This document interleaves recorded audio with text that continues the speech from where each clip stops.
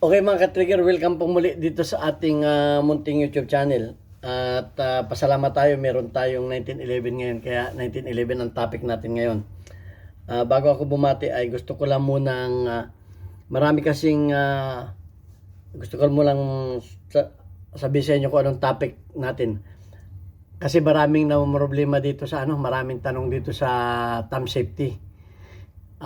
Hindi nagpapangsyon kahit naka-safety, nakakalabit pa rin, o meron namang hindi ito may tama. So ituturo ko sa inyo ngayon yung tamang pagpiting ng thumb safety para hindi mag-malfunction. Okay, bago yan ay gusto ko lang muna kayong pasalamatan dahil sa inyong pag-like at pag-share ng ating mga videos.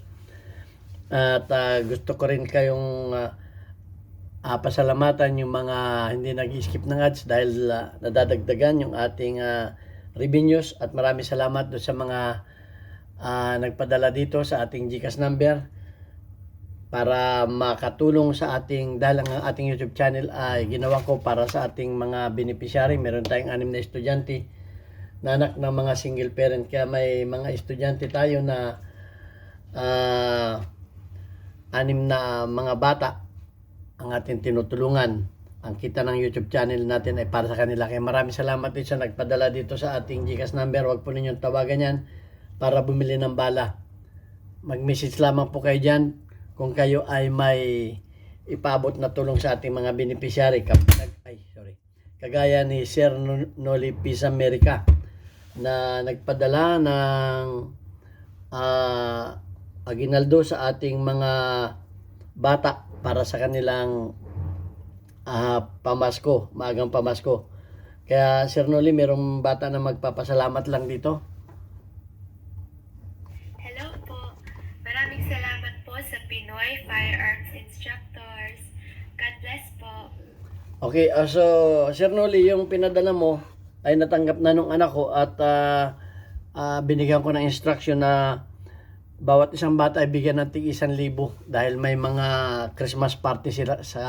Kaya tama-tama sir yung ipinadala, at maraming salamat sir. Yung sobra ay dadagdag ko sa kanilang allowance.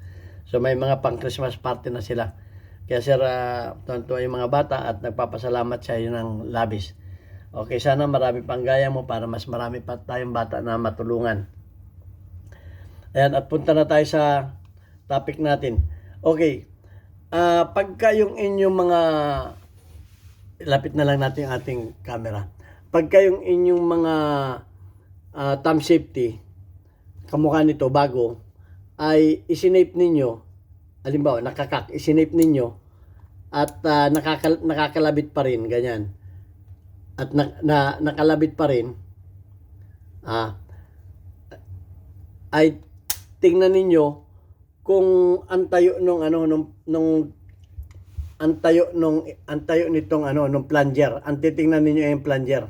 Ganito ang dapat ang tayo ng plunger Papakita ko sa iyo. Tatanggalin ko na lang ito para mas madali. Para alam niyo kung alin ang inyong babawasan. Okay, kasi minsan may babawasan at meron din namang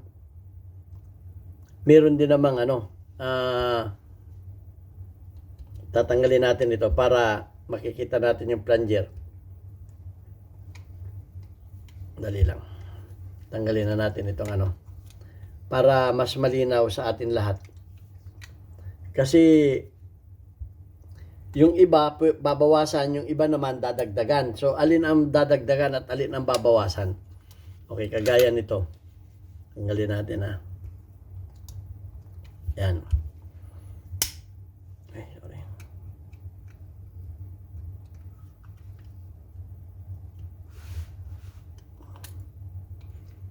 Ito yung plunger niya. Ito yung kanyang plunger. Tingnan ninyo ang tayo ng plunger kung ito ba ay kung ito ba ay ang position ng plunger pag nakasave pa, dapat ang position ng plunger, itong gagamitin ko isa para mas malinaw. Dapat ang position ng plunger ay nandito. Dito. Pag nakasave yan at nandito lang sa kantuhan yung plunger, yan ay makakalabit pa rin ninyo. Dapat yung plunger niyan ay nandito. Yan, ito yung plunger niya. Ito. Dapat yung plunger niya ay dito sa baba nito nakatutok. Pag nakasafe. Pag hindi naman nakasafe, ay dito naman nakatutok yung kanyang plunger. Ayan o. Diyan dapat. Pag nakasafe, dapat yung plunger niya ay dito nakatutok. So, kahit anong angat ninyo nitong shape, bakit hanggang dito lang? Hanggang dito lang. So, ito ang babawasan ninyo. Kamukha nito. Ito ang babawasan ninyo ito. Ito ha. Ito yung baba. Itong baba na to. Itong baba nito. Ito ang babawasan ninyo. Itong baba na to. Kasi, pag inaangat ninyo, bumabangga na to. Bumabangga itong ano na ito. Ibig sabihin ito. Kasi, dapat kasi lalo kung kayo nagpalit ng bago, ito ay ibig sabihin ito ay makapal ito, itong parte na to, ito, yan, kamukha na yan, kinikilang ko na yan ito yan, ginawa ko dyan, kinikil ko ito dito, ganito ang ginawa ko dyan, ang ginamit ko lang nakikilay ito, kikikilin yung paganyan, ito, yan, kikikilin ninyo yan, ito, kikilin ninyo, babawasan ninyo to. Yan, parte na yan. Kasi nga, hindi tumaas, hindi sumagad, ibig sabihin, hindi sumagad ng taas itong thumb safety.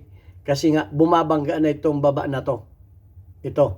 Ngayon, kung naman, kasi yung isang turo ko, ay dadagdagan. Halimbawa naman na yung plunger ay tutok na dito. Dito na nakatutok yung plunger. Dito na nakatutok yung plunger. Ibig sabihin, sagad na yung yan. Nandito na yung plunger ay. Ngayon, kung yung plunger niya ay nandito sa kantuhan, kulang pa. Dapat sumagad ng taas itong kanyang thumb safety. Ngayon, kung halimbawang sagad na yung nakaangat na pero nakakalabit mo pa rin. Ibig sabihin naman ay kulang naman ito. Kulang. Napasobra ka naman ngayon. Napasobra ito ng bawas. Ito yun Napasobra ka naman ng bawas dito. Ito, napasobra. Kasi yung plunger mo nakatama naman Nakatama na Sumobra ka naman ng bawas dito. Ngayon, ito naman ang dadagdagan mo. Iispatan mo ngayon ng welding yan o i-rebuild mo ng konti. So, pwede yan sa electric kung magaling yung welder, pero pag hindi magaling yung welder, tunaw yan. So, maganda dyan na pang spot weld ay TIG weld o MIG weld. Ito lang, itong tinuturo ko na to. Yan ay napasobra. Okay? Napasobra ang bawas. Halimbawa, yung iyong plunger ay dito na nakatutok. Ibig sabihin, sagad na yan. Wala nang yan. Wala nang tumatawag lang. Wala nang itataas pa yan. May tumatawag lang. I-decline muna natin. So, wala nang itataas pa yan. Dahil andyan na yung plunger niya. Andi dito na Ayan na yung plunger niya. May tumatawag lang. So, andyan na yung plunger niya. Ibig sabihin yan, sagad na yan. Wala nang itataas pa yan. Nakakalabit mo pa rin. So, ang ibig sabihin yan ay napasobra ang bawas nito. So, dadagdagan mo naman yan. Dadagdagan mo ito. By means of welding. Yan. Ito naman ang dadagdagan mo. So, importante yan. So, pagka naman hindi maisagad at yung, ulitin ko lang, at yung plunger mo, pag inangat mo ay hanggang dito lang, yung plunger mo hanggang dyan lang, ay magbabawas ka naman. Okay, sukatin natin ito. Kasi ito, ipiniting ko na to Binawasan ko na ito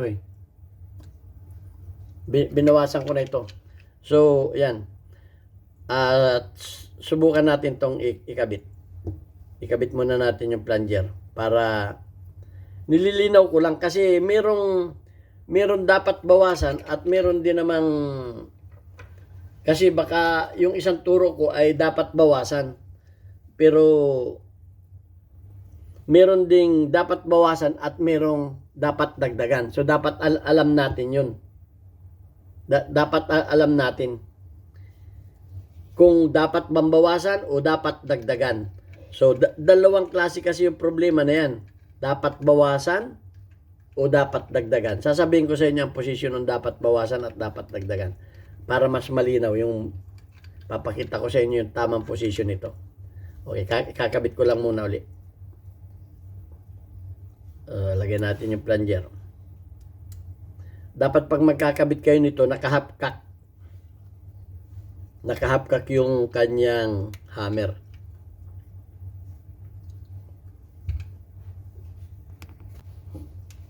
So ito na, nakabit na natin. Tingnan natin ngayon para matesting. Buuin natin.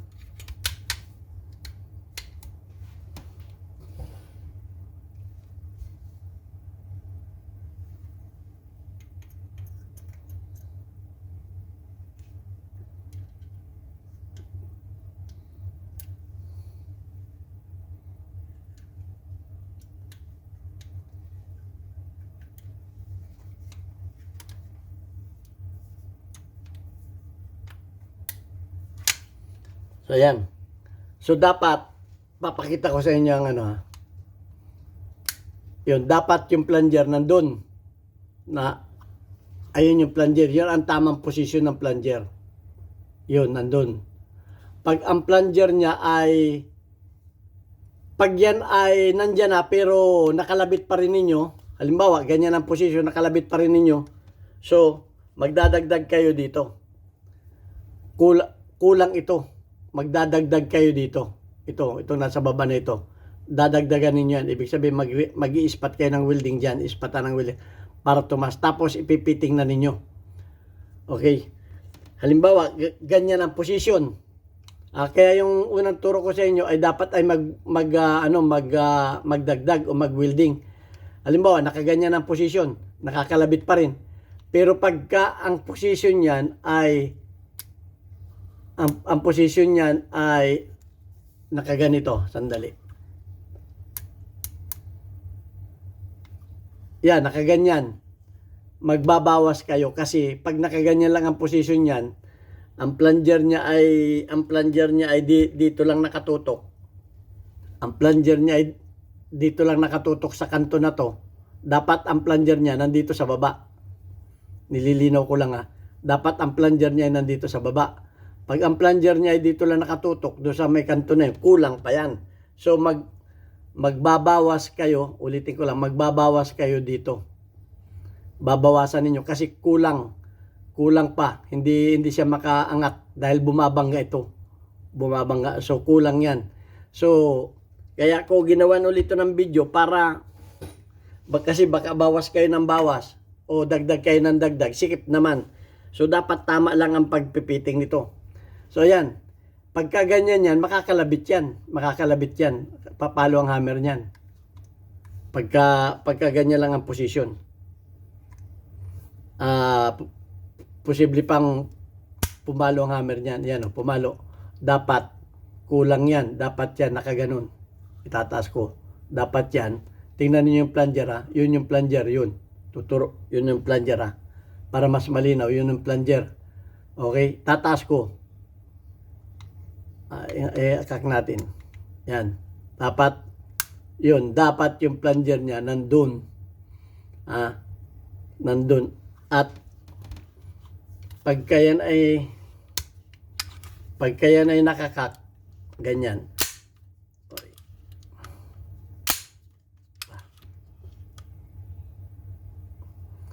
Dapat, ayaw mag-ano. Dapat nakasagad yan. Sagad na ganun. Yan. Dapat nakasagad na ganun. So, yun. Hindi pa pwedeng nakaganyan lang. Ulitin ko. Pag yan ay, ang posisyon nito ay nakahap lang na ganyan. Yan ay papalo pa rin ang hammer. Okay? Dapat yan ay nakasagad, nakataas na ang sagad na kaganon. Andun yung plunger. Okay? So maliwanag na. Kasi baka dagdag kayo ng dagdag, sikip naman. Bawas kayo ng bawas, sobra naman. So dapat talaga nakatama ang pagpiting niyan. Sakto ang piting. So kaya marami ang nalilito dito. Marami ang nalilito sa pagpipiting ng kanyang thumb safety. So ang dami kasing nagtatanong sa akin dito Sir, naka-safety na pero nakakalabit pa rin. O po pwedeng dalawang sagot. Po pwedeng ito ay napasobrahan. Po pwede namang kulang pa ang bawas. So ang pagpipiting nito kasi ay medyo masilan din. Lalo kung magpalit kayo ng bago. Hindi ko mo bago ay drop in agad. Sakto ka agad. Kaya kinakailangan din ng tamang pagpipiting. So alam na ninyo ang tamang pagpipiting. Pagka hindi sumagad, bawas. Pag sagad na, halimbawa, pag hindi sumagad, nakakalabit, bawas dito. Pagka naman nakasagad na, tama na yung plunger, dito na nakatutok, nakakalabit pa rin, di pa rin gumagana, dagdag. Okay, so maliwanag, nililinaw ko lang. So ayan, ang tamang pagpipiting ng Kasi yung unang video ko ay, ang ko lang ay yung pagdadagdag. Baka naman dagdag kayo ng dagdag, hindi naman, yung plunger naman ay hindi nakasagad na ganun. Okay? So ayun. At gusto ko na rin munang ipakita sa inyo yung ito kasi yung ginawan ko ng Ito yung pinalitan ko ng thumb safety kasi pang competition ito. Okay, pang competition ito. At kasi yung iba naman pag pumuputok pag ganyan ang hawak kasi nga ito maliit ito. So, ang problema, pag pumutok, naiangat. So, sabihin na, Sir, 2 putok, hindi na makalabit. Paano? Yung thumb safety, nasa taas ng kanyang, pag pumutok na angat na ganun. So, bakit Sir, hindi na makalabit? Pero nakaputok na. Ba't yung padalawa, hindi na makalabit? Kasi nga, naiangat ito. Kaya itong ganitong design, ay sa mga shooter, dito nakalagay ang kamay. Yan, diyan nakalagay yan. Dito nakalagay. Para, at itong wall na ito, ay hindi sasaya dito sa slide. Para hindi sumayad sa slide. Ito yung ginawa kong ganito.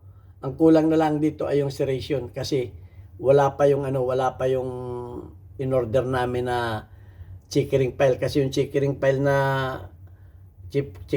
ko dito ay masyadong mapino. Hindi kasi laki nito.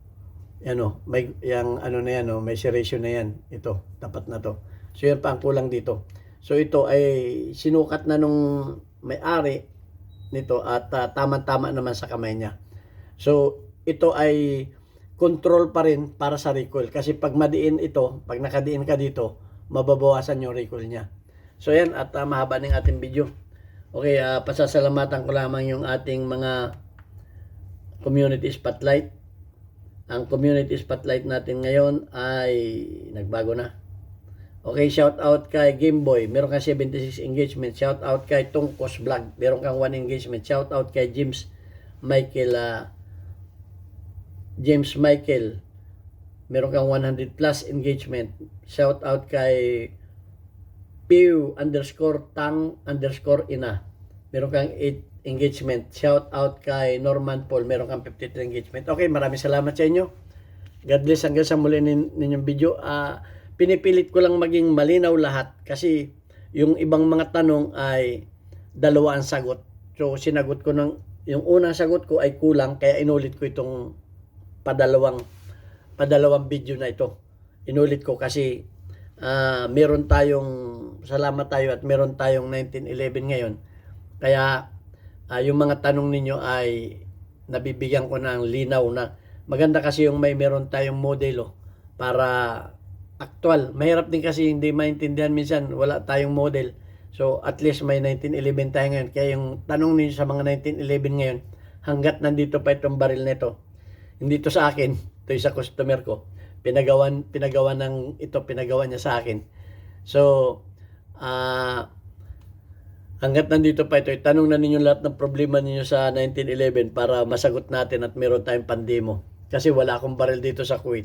Bawal dito ako magkabaril. Umasa lang ako sa mga baril sa range at baril ng mga customer ko. Okay, maraming salamat sa inyo.